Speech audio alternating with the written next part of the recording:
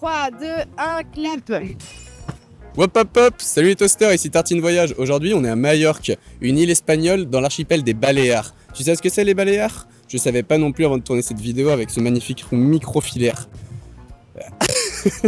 on recommence. On recommence tout. Ouais, on recommence tout.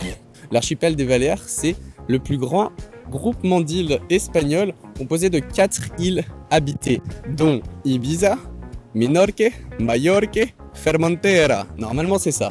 Majorque c'est la plus grande. La capitale de Majorque c'est Palma. Et la capitale de ces îles archipels d'Espagne, c'est Palma, parce que c'est la plus grosse île, Majorque, des Baléares. Du coup, ils ont pris la plus grosse île, ils ont dit ça sera la capitale. Voilà. Non, il y a beaucoup d'habitants sur Majorque, ils sont à peu près 1 million. Et Majorque, c'est petit, parce que tu prends la Corse, tu la coupes en deux, et ça fait la taille de Majorque. Donc c'est pas très grand, mais c'est pas trop petit non plus. C'est une bonne taille. Voilà. Si vous voulez plus d'infos croustillantes, faut continuer la vidéo parce que là on est qu'au début des infos complètement dingues. Mon poteau, là je suis pété. Je suis en buvette, pas sous pétou. Putain, j'ai des poteaux qui sont béton. La D, j'ai mes Air Max sur le béton. Ça me fait chier. Et tu sais pourquoi je fais ça?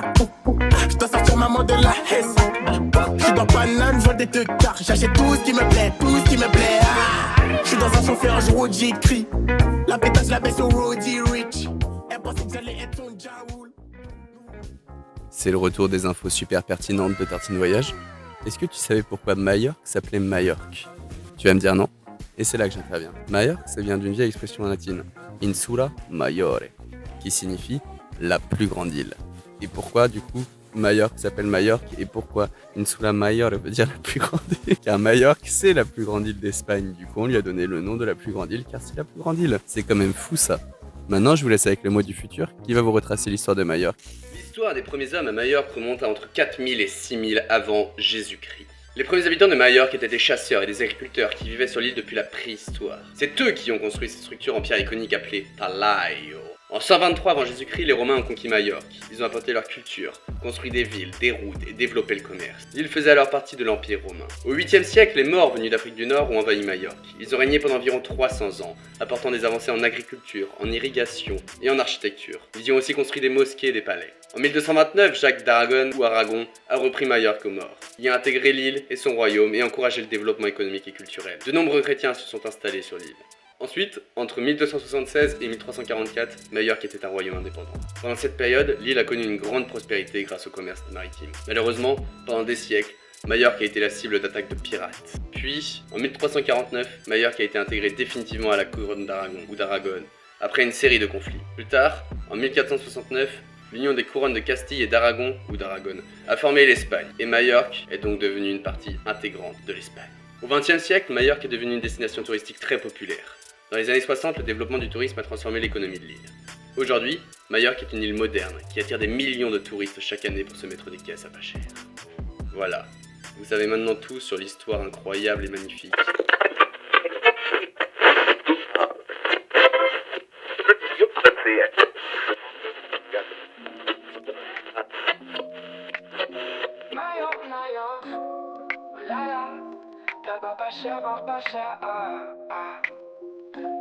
Majorque, oulala, tartine et tostinette, yeah, yeah. Jour 1, on arrive à Cap Pepera. Plage et détente, on respire la frais là-bas. Calarajada, les pieds dans le sable. Un cocktail à la main, tout est formidable. Majorque, oulala, tabac pas cher, bar pas cher, Majorque, oulala, tartine et tostinette, yeah, yeah. Jour 2, on explore les grottes du Drac. Formation magique, un concert qui claque.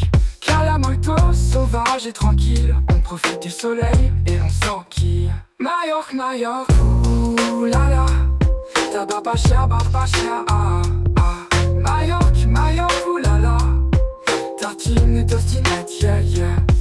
Jour 3, Cap Formentor, vue à couper le souffle. Plage de Formentor, on se sent comme un poussoufle. Le soir, on arrive en détente assurée. On profite de la vie, on est bien. Nous sommes de retour pour un avis plus que constructif sur le phare de Formentor. C'est le banger de l'île. Majorque, oulala, tartine et tostinette, yeah, yeah. Jour 4 à Palma, on découvre la ville. Cathédrale et palais, des ruelles tranquilles. Un dernier regard, Majorque nous enivre. Un paradis sur terre, où l'on aime vivre. Majorque, Majorque, ouh là là. Tabac pas cher, bar pas cher, ah ah. Majorque, Majorque, ouh là là.